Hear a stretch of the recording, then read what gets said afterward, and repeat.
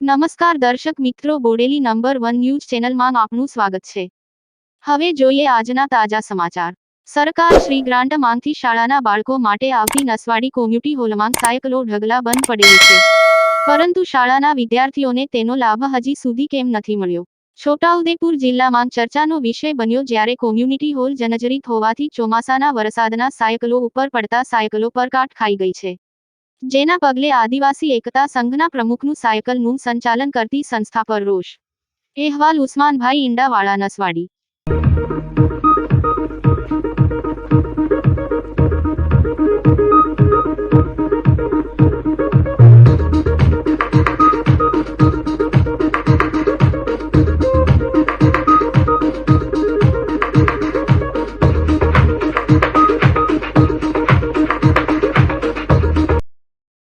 નસવાડી હાઈસ્કૂલની અંદર કોમ્યુનિટી હોલની અંદર જે સાયકલો છે જોવા મળી છે, જે 2024-25નું સત્ર શૈક્ષણિક વર્ષ જેનું અડધું થવા આવ્યું છે, અને જે આદિવાસી સમાજની બાળકીઓનો જે લાભ છે એ આદિવાસી સમાજમાં માટે શૈક્ષણિક ઉત્થાન માટે જે એમના ભવિષ્યમાં કે શૈક્ષણિક પાછળ વધારે આકર્ષણ થાય એના ભાગરૂપે એક લાભ જે સાયકલો છે એ સાયકલો અઢળક ઢગલાબંધ જોવા મળી છે।